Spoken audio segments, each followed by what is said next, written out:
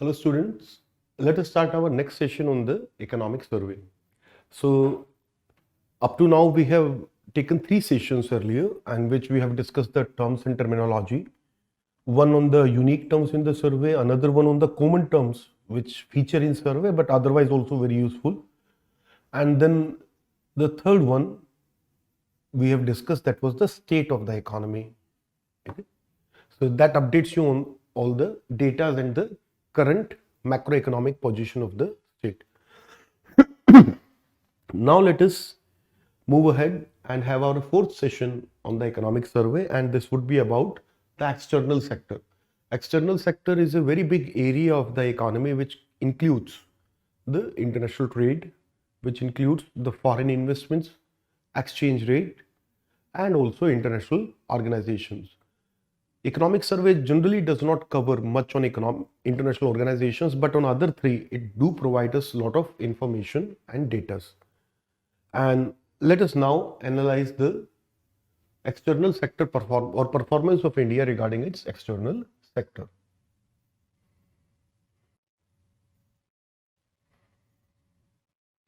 Okay. So if we want to analyze or if we want to study the external sector or the international economic performance, then there are three key parameters we need to look at. First is trade. Trade is definitely one of the most important flow indicator regarding the performance of a country. And in the trade, we can analyze the trade by three major parameters. Usually, we always talk about volume, and volume is also a parameter which I've already discussed in the state of the economy. But volume alone does not give you proper idea. Okay. For example, you could be exporting largely the raw material from your country and still have large number of exports. Think about Kuwait, think about Qatar. Okay, so these countries, they do look good when you look at the volume, large amount of exports and a good surplus. It looks good if you look at the data only. But as soon as you jump on the composition, the things look very different. Very, very poorly diversified basket and dependence upon the natural resources. That is not a good thing. So composition is also very important to look into. The example I gave you of was, I mean, it is applicable for several of the West Asian countries, whether it is Qatar, Kuwait, Saudi, UAE. UAE is trying to diversify. Now, if you look at the UAE income, then the tourism income is also a significant source of foreign earning. Then it is also getting sizable foreign investments because they are trying to diversify their economy. So that is what matters here. Composition tells you a lot. Okay. So composition tells you what you are exporting, what you are importing, what are your biggest exports. Are you relying upon your natural resources? If so, it is bad because you are just dependent upon what nature has given you. You yourself have not done much of the value addition on it. What you are doing today, is it sustainable or not? Okay, are you exporting old economy products which may become redundant after some time? So these are certain questions. So we will look at India's composition. And who is your trade partner? That is also very important. If your trade is dependent upon one region, one country, or a specific group, then also there can be a trouble. I'm not saying it is a problem as such, but there can be trouble. For example, in that region, there is big war. For example, in that region, there is big economic slowdown. So all of that is going to suffer, affect your exports, and you are going to suffer because of that. So partners, who is your partner matters a lot. From whom you import, from whom you to whom you export. So regarding import also it matters a lot. See,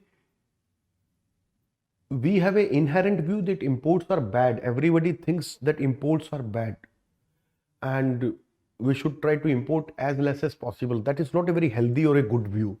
That is a very crude view or a very general or a mass idea kind of a thing. No economist or person who has understanding of economics will ever say that imports are bad. You export so that you can import as well. Okay, what you cannot produce yourself, you will import. For many of your products, you can depend upon imports. It is not a good idea to become dependent on the imports, but sometimes it happens, and it happens with every country, because not every country will have every natural resource. I mean, with the exception of, let us say, China or USA, these are the rare countries where they have almost every major natural resource that they require. So you do depend upon some natural resources import, you do depend upon certain other imports where others have better efficiency than you. Let us say others are able to produce certain things at 1/4 of your cost. Sometimes it is better to focus on something else and let those products be imported. Okay, particularly when those products are not very strategic in nature. So that is something we need to understand. Then after trade, what matters is investment. Investment is also a very important factor. So regarding investment, we will see FDI and FPI, foreign direct investment and foreign portfolio investment. So this is something we generally look at. Okay, so when I did the state of the economy, we did look at volume, we did look at FDI. Okay, because these are the broader indicators also. When you look at any economy, how it is performing, you look at those indicators. But today, we are going to look at these in detail. Not only the investment alone, that how much investment is coming, we will also look at from where it is coming, then in which sectors it is coming. That would give us a much broader picture.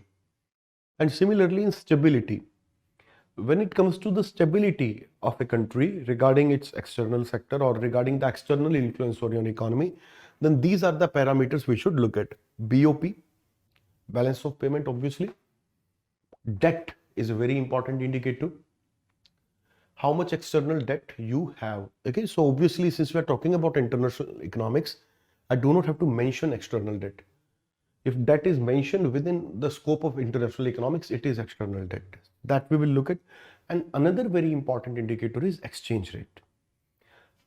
Whether our exchange rate is falling, it is improving, how we are competing with other currencies in the world, other countries in the world is also a very important indicator to look at.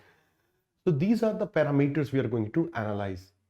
And with these parameters, we are going to look at the health of the India's international sector or international economics. So let us look at them one by one, all of these indicators.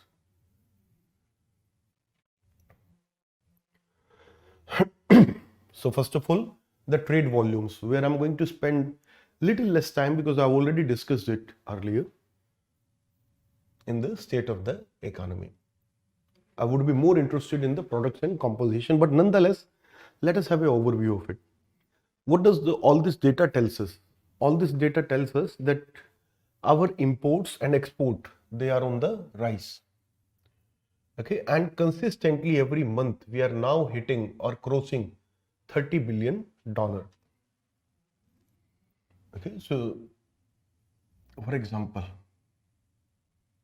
in fact, I'm not drawn it very well. Okay, so I would do it again in fact. Okay, this is a straight line, and now you can see this was our benchmark in 2019. This much we were exporting. Okay, little above it. Let us say here.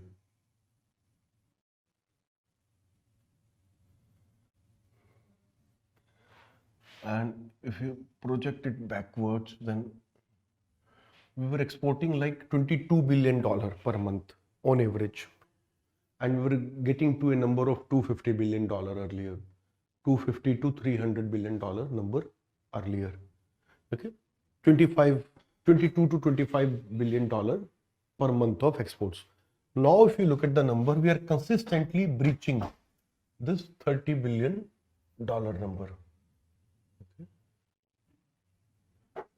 Look at it. This may look like a small gap actually, but this is not a small gap. This is a make or break gap. If you look at it, we have improved our export performance over 2019. I'm not even comparing with 2020 because that was a COVID affected year, very badly affected by COVID in fact. So I'm not going to compare it with this year, but even if we compare previous year, even if we go previous, we were not exceeding $300 billion. And now we are consistently topping $30 billion per month. In percentage terms, this is a jump of more than 30%. Okay, this is not a small jump. The way they have presented it, because they wanted to include merchandise trade balance also, that is why this has become much smaller than what it should look like. And same with imports. Our imports are also zooming past. Okay. Imports are always good if you have a way to finance them. Imports are not bad. This misconception, if you have in your mind, please remove it. You are able to import a lot of your requirements. If imports would not be there, you will not get oil, you will not get many other resources. Both cooking oil, petroleum, you will not get if imports are not there. And it's not just that, your country or our country cannot become a most efficient country in production of everything. So some products we should import. There is no problem in that. The only point that I'm saying that we should not become dependent on imports. We should definitely have our domestic capacity. Secondly, we should not become dependent upon one country. And thirdly, the imports should be financed without a problem. That means we should have resources to finance our imports. If you are not facing problem regarding these three, then imports are actually good for the economy. Try to understand. So imports are good for us, and increasing imports in fact reflect that either people are consuming more in India, they're importing finished products. That in a way is showing increasing incomes in India. Or if imports are increasing, then it also shows that we are importing raw material. That means we are making more products domestically. So that is a good thing. Import increase is not a bad thing. The bad part I will come to. Bad part is our deficit with China. Bad part is that our exports are not increasing as fast as imports. That is a bad part. Imports themselves are not never bad. Okay. So now imports, they are also consistently touching close to 45. Okay, because there is too much variation here. It's not a straight line like this. But if you look at the average, sorry. Okay, so they are now coming close to 45 here. So $45 billion, and total throughout the year you will find that our imports are now going to touch almost 550 billion dollars. This year we expect our exports to be $400 billion and imports to be around $550 billion, and this is only the goods. Now let us look at the services, because goods do not provide us a complete picture. When we look at the services, then we get a much better picture. So here we have the quarterly data. So if we look at the services trade, then India has a big surplus in the services trade, almost $80 billion per year. So $150 billion we have a loss here. Okay, $150 billion deficit.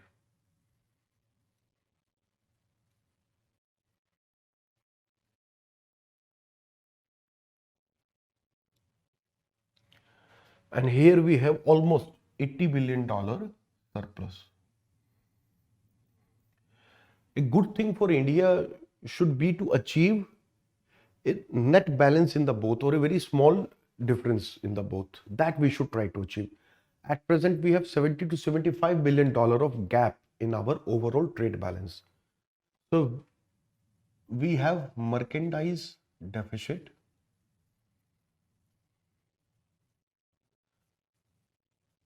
okay, and services surplus. That is not a bad situation. It is perfectly okay if you are good in services, not so good in the products. But the problem is overall deficit.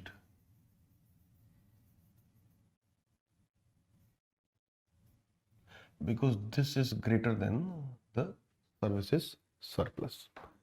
So this point I was referring to. Good thing is our exports and imports are increasing. And what we are going to achieve this year, 2021-22, is our record number. We have never achieved $400 billion of exports. This year we are likely to achieve it. Already we have crossed $300 billion or almost touched $300 billion because our exports in the first 9 months of 2021-22 were $299.7 billion, roughly $300 billion. And generally the last quarter gives you better numbers than the rest of the year. And it is expected we are going to cross $400 billion in exports. Simultaneously, $550 billion in imports. And that $150 billion gap is our problem. So that is what I was referring to. If you leave this apart, then we do not have any problem in our entire BOP or entire external economics. So that was the issue that was hurting us, and it is still hurting us, that we are unable to maintain a healthy balance of trade. Our trade balance can be in deficit, but this deficit is too big. Clear? So now let us move to the next part. We have seen that in the overall trade, we have a deficit, and quite a sizable deficit. $75 billion of deficit is not a small deficit.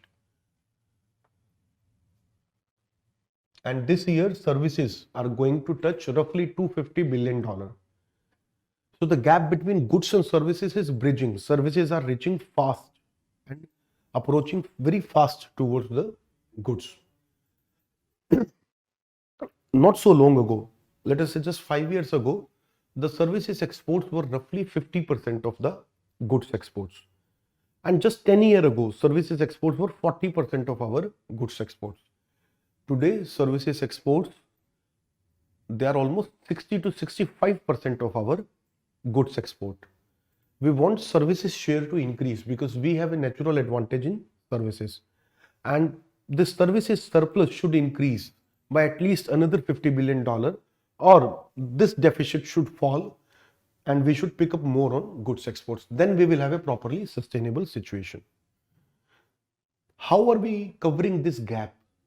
So we are going to look at it in a while when I will talk about the BOP. Let us look at the trade composition, what we export and what we import. And some surprises for the students who have not yet looked at data properly in past. Okay, so first of all, this is export and this is import. And for many students, a big surprise is petrol is on top of both. Okay, so we import crude oil, but we also export petroleum products like petrol, diesel, and the byproducts like paraffin, wax, etc. India is today one of the biggest refineries of the world that we should look into.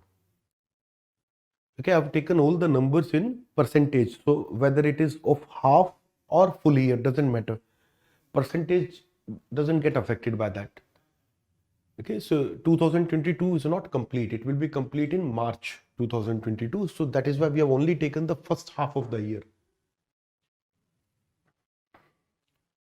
So exports, let us look at them. Petroleum products, okay, and their share is increasing. Look at it. 15% of our exports is from petroleum products. 15%. Okay, it is a big number. That means our refineries are one of our biggest resource. Think about all these companies, BPCL, HPCL, okay, and they are the marketing companies, but then we also have the other companies, okay, Oil India Limited, etc. And then definitely the private sector like Reliance, like SR, they are also playing a big role there. Then this should not come as a surprise because all of us know that India is one of the biggest exporter of the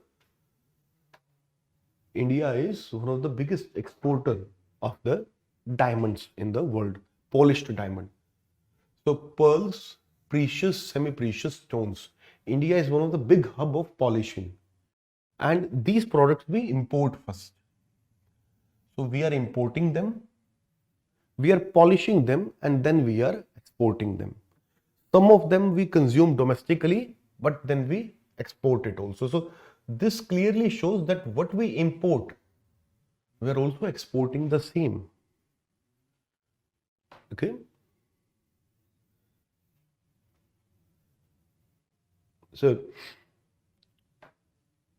petrol, two entries here, petroleum crude and petroleum products. Then petroleum products we export also. So again, it may sound as a problem that why we are exporting and importing the same thing. Why can't we keep those petroleum products to ourselves? See, this list petroleum products are too many. So what we need, we are not able to produce them in enough quantity, and what we don't need, we export it. That is the whole point here. Okay, so the petroleum products are far too many. That is why this list looks or appears both sides. Gold should not surprise us. India does not produce significant quantities of gold, and that is why we have to import them. But then another good thing is a lot of that gold we process and we export it out. So that to some extent shows that whatever we import a significant portion of that as raw material. Okay, this is imported largely as raw material. Then we make a finished product out of this, and then this is exported out. Okay, this also.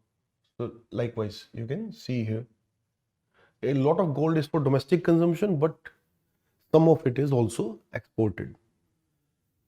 Then in our exports, iron and steel is a big entry. Unlike other products, this is here we are exporting our natural resource. And then obviously India is known to be a pharmacy of the world. India is known to be a big pharmaceutical power. So drugs, formulation, biologicals, they are also in the list. Organic chemicals. Okay. We both import and export them.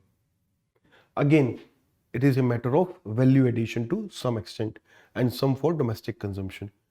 So if you look at the overall import basket of India, the basket looks good, frankly. Many countries have much worse kind of basket compared to India. Unfortunately, the problem is whenever we try to compare ourselves, we always compare with USA, we always compare with China. And that is always going to give us a sort of disappointing picture, because US is too big in volumes, China is big in both volumes and surplus. But if we look at India, India is doing fairly well for itself. The problem is that the volumes of exports are little less than what we would like them to be. That is where we have problem. Composition is not a problem. If you look at the composition, natural resources we are not exporting. If you look at this list, okay, the aluminum and its products, iron and steel again, okay, these are some of the natural products. Other than that, almost all of them are processed products. And if any country exports processed products, then it is considered to be good. So whenever you comment on India's composition, you should understand that our composition is not bad. Problem is the volume.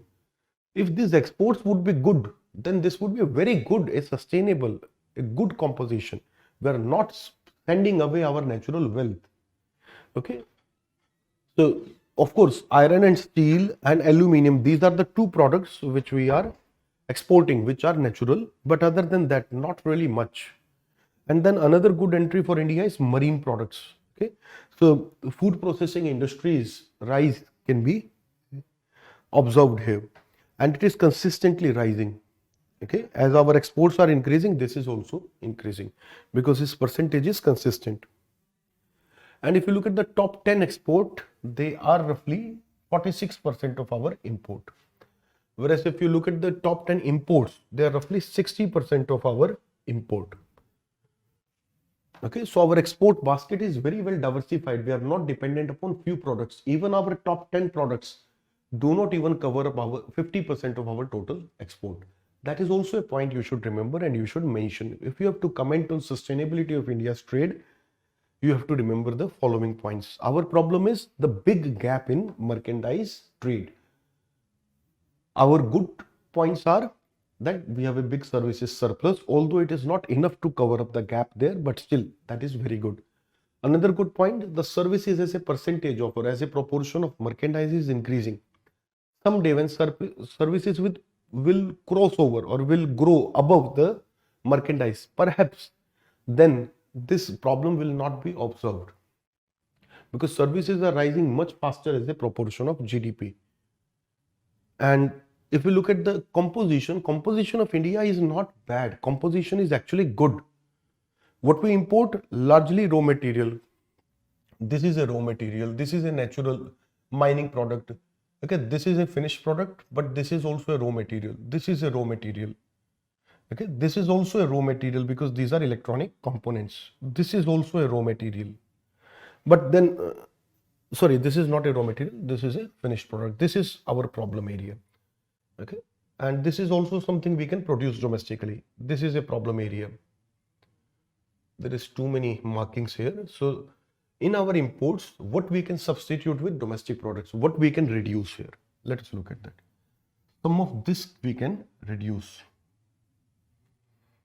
Okay, some of the electronic components import is too big for us. We should have domestic industrial base to produce them. Then computer hardware and peripherals. This is also a weakness. And these two we are importing in large part from Taiwan and then China. So these products can be developed domestically, and today we are betting for that. We are vouching for that in the PLI scheme. These are the top priorities of India. Okay, vegetable oils also can be produced domestically. We need to increase the area under the oil seeds. Okay, and likewise, if you look at the list apart from certain products, then you will find that India is doing fairly well. Composition is not too big our problem. We are sometimes unnecessarily harsh with ourselves and rate ourselves too harshly or too critically. Now, who is trading partner of India and how much is their share? That also we should look at. Top 10 trading partners of India. Okay, in each aspect, and countries with which India has surplus or deficits. So top 7 countries with which India have surplus and the top 7 countries with which India has deficit. So let us look at our trading partners. With USA, India has a big surplus. Okay, and this is quarterly number. Sorry, this number is of half, not quarterly, my bad. So this represents the first half. Okay, so these are the numbers in the half yearly numbers. So our half yearly surplus, you can see with USA is quite good. The US trade is in India's benefit, and with Bangladesh also India has a surplus. Nepal, Turkey, Netherlands, UK, Italy. These are the countries with which we have surpluses. And if you look at this list, then in this list there are 4 countries which are the developed countries and 3 countries which are emerging countries. Bangladesh, Nepal, Turkey, these are emerging economies. So this trade will increase in future, but we cannot say the same about the others. The Europe as a power is declining. Okay, and dependence upon Europe is not considered good these days. So this is a bit of an area of worry for India to some extent, that the dependence on Europe or Europe still features in some of our top lists. And let us look at the countries with which India has deficit. So this is Korea, then Qatar, UAE, Saudi Arab, Iraq. These 4 are very clear. This is purely because of oil. Okay, and there is nothing bad in that. We cannot produce it. I mean, we cannot have it domestically, so we have to import it. So this is not a cause of worry. The good thing is we are getting supplies. Never look at it from a bad angle. Okay, this is good for us that we are able to get all the oil we want. And then Switzerland, and then China. It is this China which is our biggest worry. Okay, China is our biggest worry here.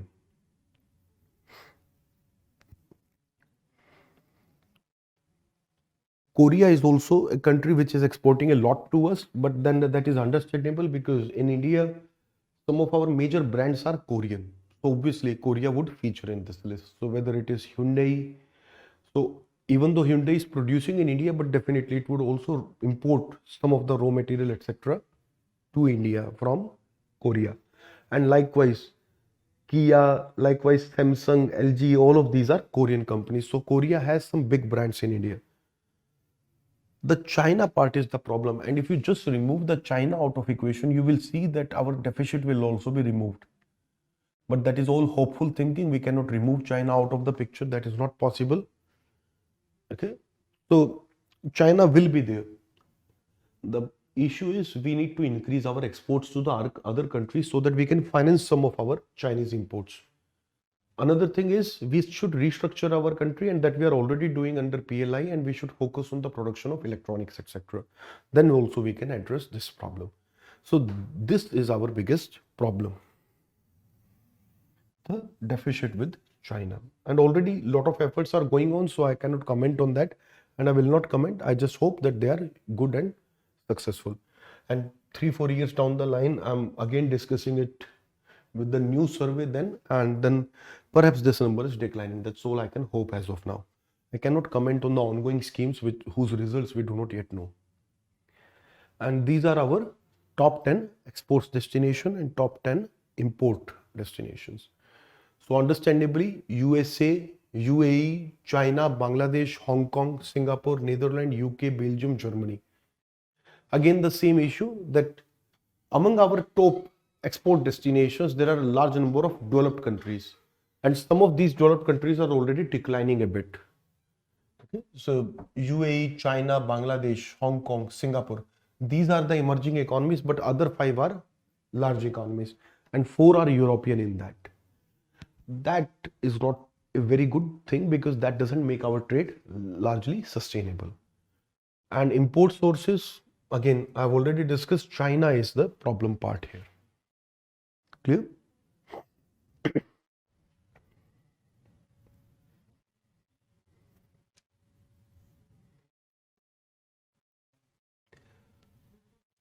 Okay, so investments into India. Now look at the foreign investment number. Actually, a large part of our deficit that was there in the trade is to some extent covered up by the investments. Okay, let us look at the investments. Okay, this is half yearly number.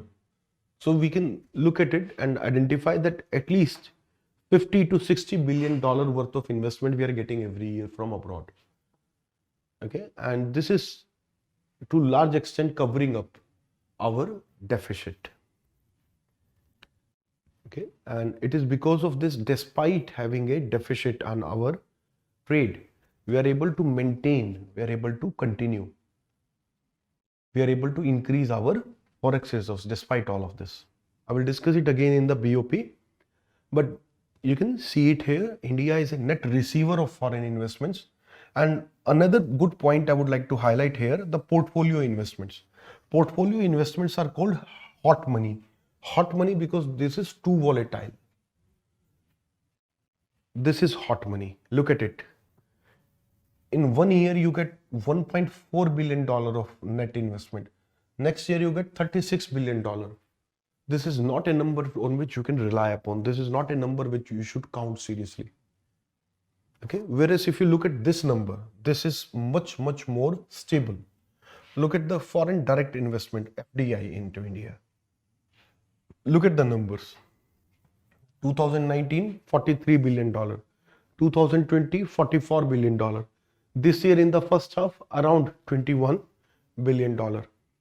So much more stable. FDI is much more stable compared to FPI. Again, an important point that we need to know and we need to understand. And data reveals it all. Data shows it all. That FPI is not something on which you should rely or which you should count ever. This is a very, very volatile number. So the FDI into India is quite healthy. FDI into India is quite sizable and significant. And this is also a big source that is financing the investments in India. Now, this number I had already discussed in the state of the economy, so I won't be spending much of the time. My interest would be to look into some of the other details regarding foreign investment, from where investment is coming and where it is going. That is more important for us to look at today. Let us look at the source of investment. From which countries we are getting the investments. So, Singapore is continuing to be the top source of FDI into India. Singapore and Mauritius. This is also there because with both these countries we have very special treaties, and investment from these countries attract very little taxes. So this is also the reason why people from these countries or even Indians abroad, they come through these countries. So even if there is an Indian in USA or even if there is an Indian in UK, he would first establish a subsidiary in Switzerland. He would first establish a subsidiary in Singapore, and through Singapore they will come into India because of India's pact with Singapore, because that then gives them several advantages. Same is the case of Mauritius. So it's not that a small economy like Mauritius is able to generate so much investment. It is investment which would have come to India anyways. This investment was bound towards India. People are choosing this route because of certain advantages. And same is the case of Singapore to some extent. Singapore state is also a big investor in India. So that is why I'm saying to some extent. Some of these numbers are natural numbers. From Singapore, a lot of people invest. There is a big Indian diaspora in Singapore. Tamil is the third most spoken language in Singapore. And if you ever visit Singapore, then you will find that all the names, whether you use the public transportation or you use any other public infrastructure, everything is written in Chinese, Malay and Tamil and English. These four languages are used. Chinese is the biggest diaspora in Singapore, followed by Malay. It is just a small city which is surrounded by Malaysia, and then the Indian Tamils. Now, not only Tamil, lot of Indians have migrated to Singapore as well. The point was, from Singapore, a lot of genuine investments also come, but from Mauritius, this number is not so big. This is largely because people prefer Mauritius. And then USA, naturally, USA is the tech hub, and from USA, the Indian diaspora is very rich, very powerful. They invest a lot into India. And then a lot of investment is coming from Netherlands and Japan. So these are the major sources of investment in India. Clear? I've already explained how come Singapore, Mauritius is there. US naturally should be here. Japan should be here. These are the largest economies of the world. And Netherlands is here. This should not come as a surprise because Netherlands is one of the big banking hub, or let us say the trade hub in the Europe. You know, almost 30% of entire European trade is catered by the Netherlands. It is the port in the Netherlands, that is Rotterdam, which caters to a large part of the European investments. And that is why a large number of European companies have their headquarters in Netherlands. And similarly, another big port is Antwerp in Belgium, because these countries have much better access to the open seas compared to the other regions. They are on the better trade routes. So the Amsterdam and Rotterdam, these are some of the big destinations in Europe. And that is why Netherlands is here. Netherlands represents the entire Europe here to some extent. So from where investment is coming, some of it is natural, USA, Europe and Japan. Naturally, the three big economically developed regions. And then Singapore and Mauritius, the reason I have explained. Let us look at the next part. which sectors in India are receiving the investments? Let us look at it. The sector receiving maximum investments in India is definitely the computer software and the hardware. This is the biggest sector in that. IT is one of our big exports. IT is one of our big sector. IT is a big employer in the country. So naturally, IT will feature here.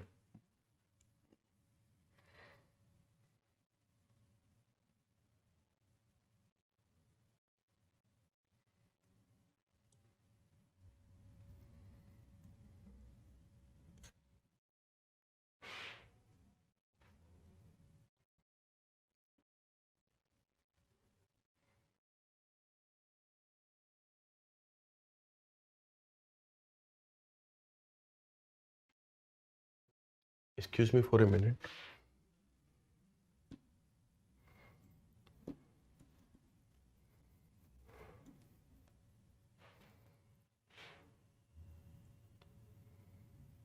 Yes.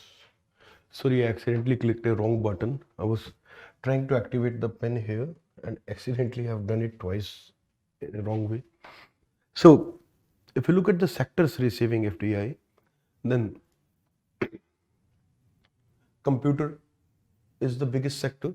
And if you look at it in the percentage terms, then you can find that last year its share was characteristically high. Okay, last year the computers received almost 43% of our entire FDI, but prior to that and even the last year, its share is not that much high. Okay? And other sectors are also receiving sizable foreign investments, and one of the big sector is automobile industry. If you look at the automobile industry, look at this year. The share of automobile industry is 15% in our FDI. That means a large part of foreign investment is coming to India in the automobiles.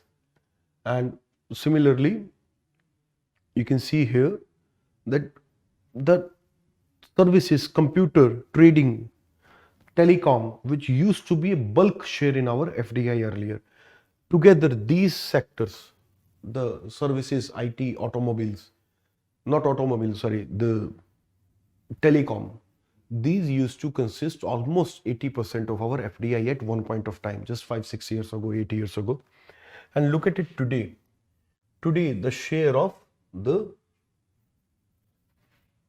entire services sector apart from computer and computer, so this together, these three, roughly our entire services comes into this picture.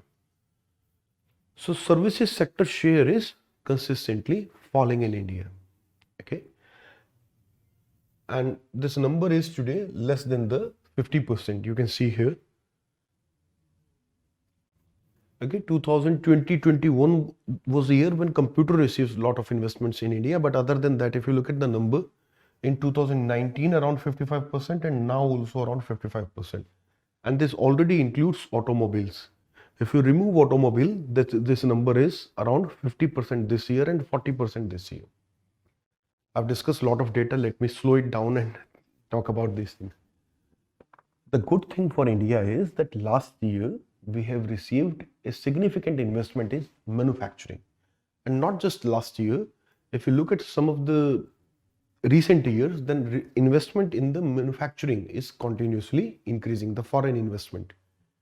Okay, and that was the point I was referring to here. Today, the share of services is 40% in our FDI. If you look at the first half of 2021-22. Similarly, if you look at 2019-20, the share was 50%. 2020-21 was an exceptional year. 2020-21 was an year when COVID outbreak was there. Not much of investment was happening anyways. And whatever investment was coming, that was coming in computers. So the share of computer services was higher that year. Okay. But apart from that, even if we go year prior to that, the share of services is continuously falling. At one point of time, the share of services was 75% to 80%. Today the number has come down. Even if this is also temporary, even if we see in the next 2-3 years that share of services is between 40 to 50%, still it is a good thing for India, because services today is not dominating completely. Yes, it is in the top here because the industry has much more segregation compared to services. So that is a big thing here. If you make it this list top 10, unfortunately the survey and other sources only give us this much data. But if you look at the top 10, then you will see in the top 10 earlier, industry's share was much less. Today, large number of industries are popping up there and their share is also increasing. That would be something that you will notice if you look at the last 5-year data. So another good thing for India, we are no longer completely service driven economy. Everything is changing. The share of manufacturing in GDP has increased, for example. Today it is breached almost 26-27%.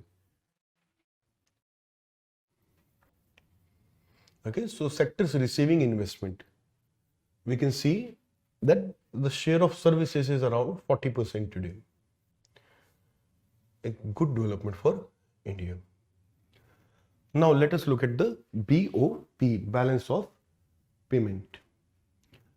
When we look at the BOP, we will find that there are some numbers, because this is completely full of the numbers and you cannot really focus on anything specifically. So let me show you the numbers I want to focus on. We have already analyzed the trade numbers. Okay, I've already discussed with you what is merchandise trade balance. I've already discussed with you what is services. I want to show you how is our performance regarding these two, transfers and the income. So let us look at this data. Transfer is another thing which is covering up a big part of our deficit in the trade. So I've already told you that in trade, for example here, merchandise trade, we have a negative balance of nearly $150 billion. Okay. And then in services, we have a surplus of nearly $80 billion. You can see here almost 20. And with time, this is becoming more. Okay, this year, the services surplus is likely to be around 100. In each quarter, services are now having $25 billion surplus. So this year may be $100 billion surplus in the services. So the point is the merchandise trade deficit is very big. I've already spent a lot of time on that. The services is still not adequate to cover up that, but good thing is our service surplus is consistently increasing. So a large part of this deficit is our problem, and how we are covering it up, how we are financing the deficit in merchandise trade. That is the point. So some we are financing from services, another we are financing from transfers. Okay, transfer is another very important thing for our economy. Transfer, otherwise we know as remittances. And remittances are also giving us another $80 billion. Okay, $80 billion, 80 to 90 from services, almost 80 from transfers. And together this wipes out our deficit. And this is the reason why our current account balance is nearly maintained. If we have a small deficit, or we nearly are maintaining around 1% of GDP. Our current account deficit is not too huge. And that is how we are able to sustain our big trade deficit. And then when we look at the foreign investment, both FDI and FPI, then also we are having net receivables, significant receivables here everywhere. And again, that is how India is getting a lot of foreign exchange. Okay, and another thing I want to show you, that external assistance for India, which is multilateral, is not very significant. Today, external assistance itself, if you look at it, look at the number, these are billions of dollars. So $1.5 billion, $0.4 billion, together this number is insignificant. So the World Bank, IMF, we are not dependent on them. We are not at all dependent upon them. Okay. Compared to the external assistant, it is commercial borrowing which is significant today. So we borrow at commercial terms. We no longer have to borrow from IMF and World Bank and follow their conditions. So India is not dependent upon any country or any international group or bloc. Another good thing for India that makes it more independent. And then we look at the last entry, which actually is the net addition to our foreign exchange. Let us look at this entry. This entry is in minus here. Minus means we are taking this much money out of BOP and putting in the forex reserves. So consistently we are able to add 30, 20 billion dollar to our forex reserves. Our forex reserves are increasing very fast. Our forex reserves are very healthy today. They are more than 1 year of our import. They've crossed almost $650 billion today. And why they are increasing? Because the deficit in our merchandise trade is covered up by the invisibles in the current account, that is services and the remittances. And on the top of that, we do have sizable investment from abroad. And as a result, we are able to add to our foreign exchange reserves every quarter. And because of that, India's strength is improving with time. This number would become much more clear when I will look at the external debt on the next page. So this is what I wanted to show you on the BOP. Some numbers we have already looked at and other numbers I have shown you here. So trade, the transfers and the investment. And the last entry, which is the net addition to our foreign exchange reserves. And this is our external debt. This is our external debt in numbers. And these are the last three crises that India has faced. First was the global financial crisis, then 2014. We had a crash regarding our exchange rate. Indian rupee fell down very strongly. That was 2013-14, and this is known as taper tantrum. And then the next is 2022. Look at our external debt. A big jump in our external debt come from global financial crisis. After global financial crisis, we see our debt is nearly doubled between 2009 to 2014. Since then, 2014, if you look at the debt, it is rising in proportion to our GDP, not too big an increase. If you look at the ratio of external debt, today external debt as a percentage of GDP has consistently fallen. It is less than even the 2009 number. So good thing for us, we are able to keep our external debt low and we are reducing it. Global financial crisis increased it, but since then we have cut down on it, we have reduced it. And how much of this debt, how much? This debt is 20% of our GDP. How much of this debt is short term? How much is payable immediately? So almost 40% of this debt is payable immediately. Okay, so only this much is concerned immediately. And if you look at it in the ratio of our foreign exchange reserves, this is the number. That makes India very stable and very healthy. Our reserves to our short-term debt, that is more than 250%. That means we have 2.5 times more money than we have to pay to others in the short term. So that makes India very stable and that makes external vulnerability very low for India. So external debt of India is not a worrisome symbol. And now let us look at the exchange rate. My last slide for the day. So if you look at our overall dynamics, I've told you that everything in external sector is happening positive for India, except for the thing that we have a big deficit in the merchandise trade. And over there, there are some issues. Some deficit is not a problem for us because we have a surplus in the services. So we should always look at the net balance of the trade rather than just the merchandise. And that should be zero. That is where we should make some adjustment. So there is some gap over there, and that is our problem. And after that, what we have looked at the foreign investment. So India is receiving large amount of foreign investments, among the top receiving countries in the world. So good there. We have looked at composition. In composition, we are doing well. So we are doing well in that also. The composition, India is doing very well. Not very well, but at least you can say reasonably well, given our natural resource composition, and given that we are dependent upon our imports of oil, etc.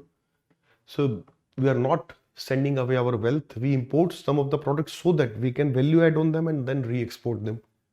So all of that is good for India. The only problem again is the volume. And then we looked at our trade partners. Over there was one small worry issue, that still a large amount of trade partners or large number of trade partners are big European countries which are not witnessing growth. So in future, our exports may not increase very fast. Okay. And then we have looked at some of the other issues in our BOP, not the issues, but then the good thing is we have net receivables and we are able to add to our forex reserves. So exchange rate. If you look at the exchange rate, then November 2020 to November 2021, India's exchange rate has remained stable. Rupee 0.3% is not a big variation. So rupee is stable over last 1 year, and that is good thing for India.